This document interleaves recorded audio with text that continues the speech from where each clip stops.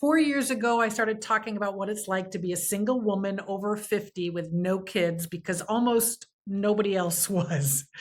But if you have spent 5 minutes online lately, you know that there are still people who think that a woman without a husband and children is somehow a failure. So let's talk about that. My name is Amy Palmer. I am your Gen X big sister, and we talk about all things pretirement around here. That's the last 10 to 15 years before pretirement, and really building a life of joy now and not waiting until you retire to do so. I want to talk on this topic, single women over 50, no kids, because that is where my journey began. 4 years ago, when I started Blueprint Breakers podcast, it was because my demographic was not being served. I felt at that time, I felt invisible. I had, like when I was at my lowest of lows, I had issues I was trying to work through. I was trying to work through menopause. I was trying to work through grieving over not having children. I was trying to work through thinking ahead about the future and retirement, all the things. And yes, there were a lot of experts, there were a lot of sources out there, but they weren't specifically addressing the unique needs of a pure 100% solo woman going on this journey. So I decided I was going to fill that need. And I was going to hunt down experts. I was going to hunt down people who wanted to talk about all the various things, all the various topics that were important to us in our life, and bring it to the audience. That is what that was my original mission. Most of the content for midlife women at that time assumed husband and kids. Even like talking about burnout, talking about depression, talking about starting over, it all kind of talked about having a family. Our reality as 100% supremely solo women, our reality is different. We don't have the built-in support system. We don't have the second income. We don't have adult children to lean on.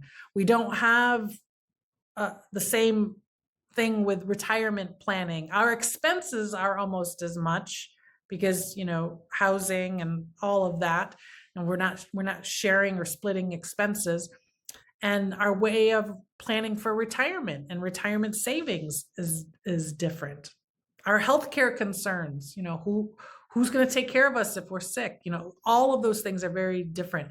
And our needs for community and friendship is very different. And I'm becoming more and more aware of that. Now, a lot has changed in 4 years. There are a lot more women out there in the universe, on the interwebs, speaking openly about this, which has been beautiful to see. There are so many child-free and childless not by choice voices, and they're growing. There's a lot more conversation around solo travel, a lot more conversation around women living alone by choice. And we're seeing younger women questioning traditional expectations. I called it Blueprint Breakers because I was saying that we've been given, society gave us a blueprint of what we were supposed to do, to be good people, to be happy people, to be a good woman. There's a certain path we needed to follow. And our younger generations right now are questioning that blueprint and writing their own. They're ripping it up and they're starting over. And that has been getting a lot of press. They've been talking about decentering men, decentering romantic relationships. And that really resonates with me. We didn't have that term when I was coming up, but we absolutely centered men and romantic relationships. Everything about, whether it was the conversations we were having with our girlfriends, whether it was the plans we were making for our career, it all kind of assumed that marriage and family thing that was going to be in the center. But so that's a lot of what has changed, a lot of the things that we've been talking about. But what hasn't changed is being solo, it's still treated as an exception, and sometimes not a great exception. We're still being asked to explain ourselves and defend ourselves and defend our choices. We are still being viewed as incomplete by some people, and our representation is limited. Our representation anywhere. Show me how many leading women or leading stories do we have, even in books and movies, that show a woman supremely solo, who is single, stays single, doesn't have kids, and it isn't the end of the world for them. So they're either portrayed as like a tragedy, or they find a man. Like even Devil Wears Prada 2 with Anne Hathaway, she had to fight. They rewrote, because originally she was written as, I think, also being married with a kid, or maybe divorced with a kid or something. And she had to fight to say, no, no, no, no. She's been focused on her career. She's still single. And she had to fight for that. But they still had to put in a romantic love interest. There was so much that she was doing in that movie, and there was so much plot that was happening.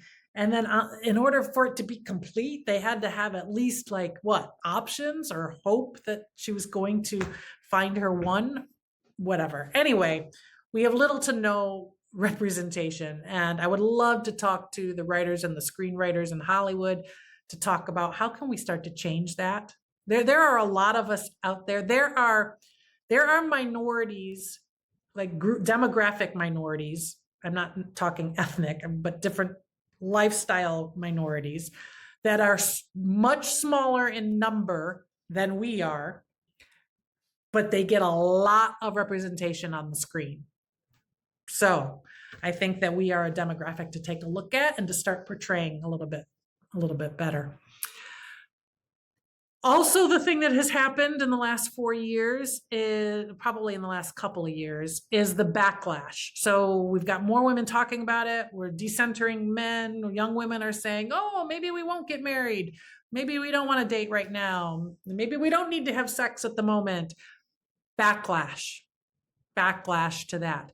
Rise of trad wife trends and content. Marriage and motherhood are still sort of being glorified as the only path.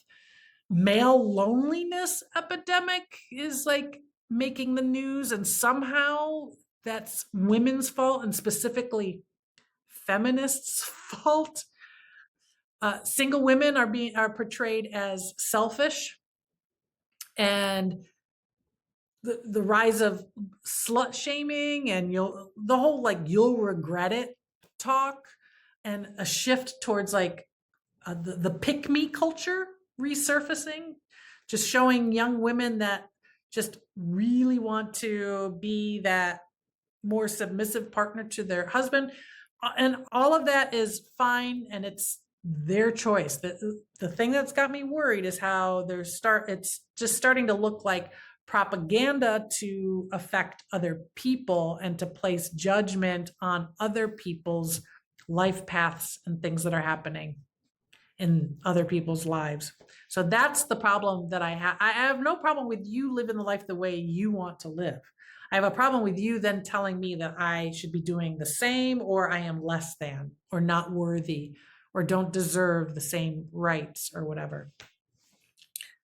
So there's that. And the false narrative. There's a whole false narrative that because we're talking about our solo lives, and because we're saying you don't have to be married with a family to live full, complete, impactful, joyful lives, because we're saying that, there's a false narrative that we're somehow anti-marriage or anti-motherhood.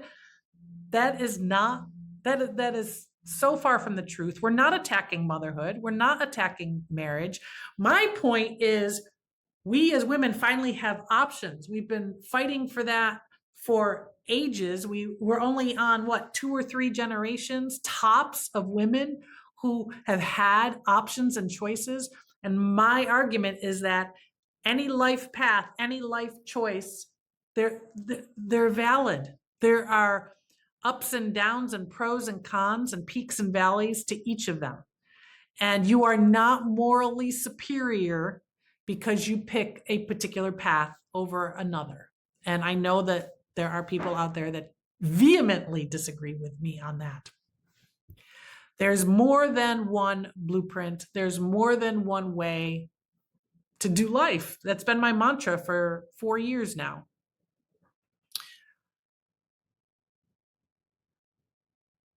A couple of years ago, I made this TikTok when this particular style of TikTok was trending as sort of a playful little explanation of busting some myths of being a supremely solo woman over the age of 50. I'm a single woman over 50 with no kids. I am not staying home on Saturday nights with my dozen cats crying into my gallon of ice cream. I'm a single woman over 50 with no kids. I did not curl up into a ball and die on my 45th birthday. I am a single woman over 50 with no kids. I am rarely lonely as I fill my life with good friends, travel, and adventures. I am a single woman over 50 with no kids. I love children and I embrace nurturing the next generations. I'm a single woman over 50 with no kids. I am not a cautionary tale for young girls to pressure them to follow society's blueprint for women. I'm a single woman over 50 with no kids. I am thrilled that there's no empowering term to describe us. I am a single woman over 50 with no kids. I didn't plan it this way, but I don't need your pity. I need to be seen, heard, understood, and represented. I am a single woman over 50 with no kids. I am no more and no less happy and fulfilled than my married friends who have children. I am a single woman over 50 with no kids. There are millions of us out here. We are the blueprint breakers, and we know there is more than one way to do life. So here we are, 4 years later, and I'm even more grounded in what I believe. We don't need permission. We don't need validation. We don't need pity. We don't need, we do need representation. We do need community, and we do need practical conversations about our lives, about our actual lives and our real needs, and not our manufactured challenges and the manufactured motivations and agendas. If you are a single woman over the age of 50 with no kids, I'd love to hear from you. I'd like to know what has changed in your life over the last few years. Have you felt a difference? Do you feel more seen? Do you feel more accepted? Or do you feel like society is trying to push women back into this narrow definition of what a successful life looks like? I'd love to get your perspective on that. My name is Amy Palmer. I am your Gen X big sister, signing out.